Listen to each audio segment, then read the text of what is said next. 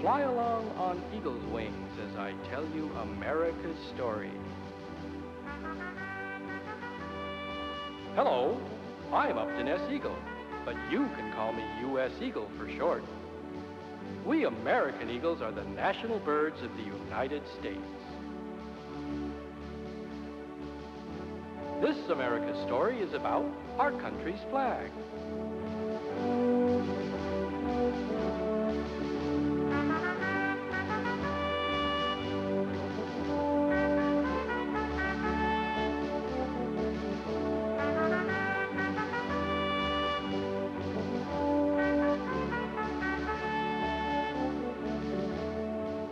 Welcome to the Capitol, Washington, D.C.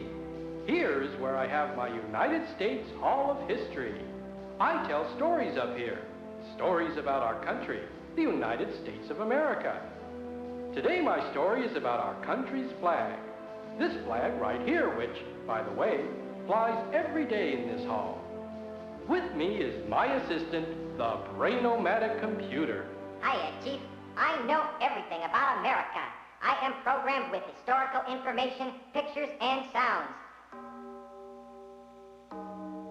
That's the Liberty Bell. Hold on, Brain-o-matic. You make a lot of things happen around here, but are you the storyteller? Well, no. You are, Chief. So dim the lights, Brainy, and let's begin.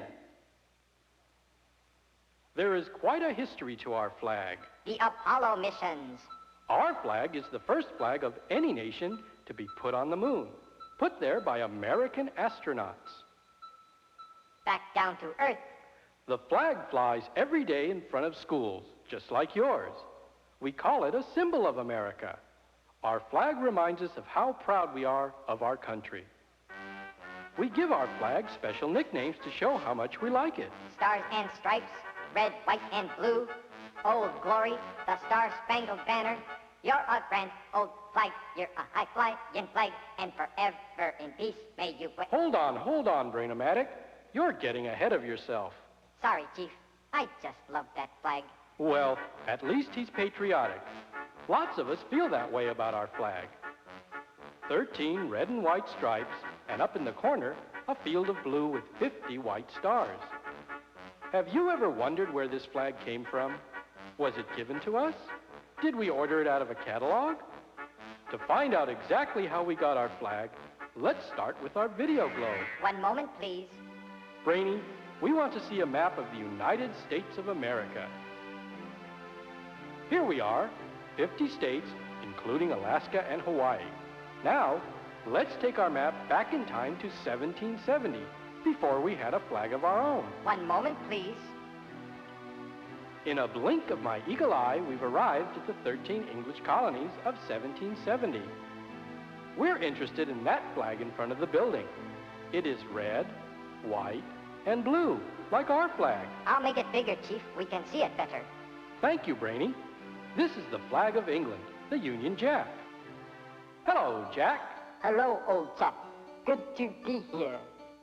Because the 13 colonies belong to England, Union Jack flew over the colonies. It was a symbol of England. And the colonists, the people who lived in the colonies, had to obey English laws. But in 1775, the colonists got angry with England. Ask them why, Chief. Okay. Say, colonists, why are you angry? England's laws make us pay taxes for our tools and books and even our tea. But the King of England won't let us have any say in making these laws. So we won't obey these laws. Those colonists all sound like you, Brainy. Let's see what the King of England has to say about this. They won't obey my laws. These colonists are revolting. Sent by Navy and by Army. And he did.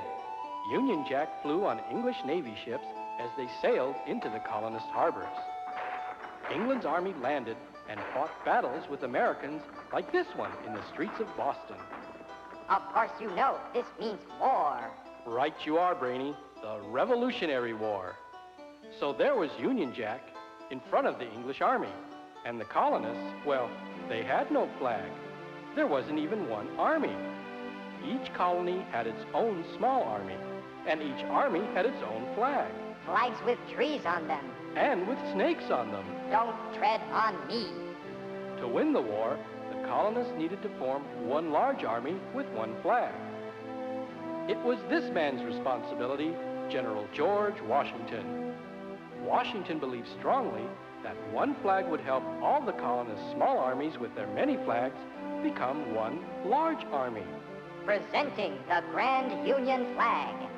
13 red and white stripes, one stripe for every colony. Up in the corner is our old friend, Union Jack. Jack, you're back. Kind of you to notice. With this flag, Washington led the war for independence against England. A lot of men were killed fighting the Revolutionary War. Chief, sounds like a battle going on right here in the U.S. Hall of History. Let's take a look, Brainy. Hey, wait, that's no battle. Ha ha. Those are fireworks, like the 4th of July, my favorite holiday. We know another name for it, Independence Day. July 4th, 1776. On that day, the colonists declared they had to separate completely from England. That's the day they signed the Declaration of Independence. Now, there was no place on the flag for the Union Jack. So long, Jack. Back to England with you. Howdy ho! To fill the space, they put 13 stars on a field of blue. Each star stood for each colony. And so the flag stood for the 13 colonies united into one country. The first flag of the United States of America became official on June 14, 1777. Flag Day. Old Glory was a symbol of the liberty the colonists were willing to fight for. We have just begun to fight. Freedom is in sight. Yay! Everyone helped to sew flags for our country during the war. The most famous flag maker was... Betsy Ross from Philadelphia. Of course, we all know who won the war, and the flag was there with them. Yes, Brainy. Hey, Chief, maybe they don't know who won the war. Oh, you're right. The colonists won. Old Glory now officially represented a country, the United States of America, and was soon to represent a new government, the government we have today. Here is the Constitution of the United States with its Bill of Rights. I have them on display here in the hall.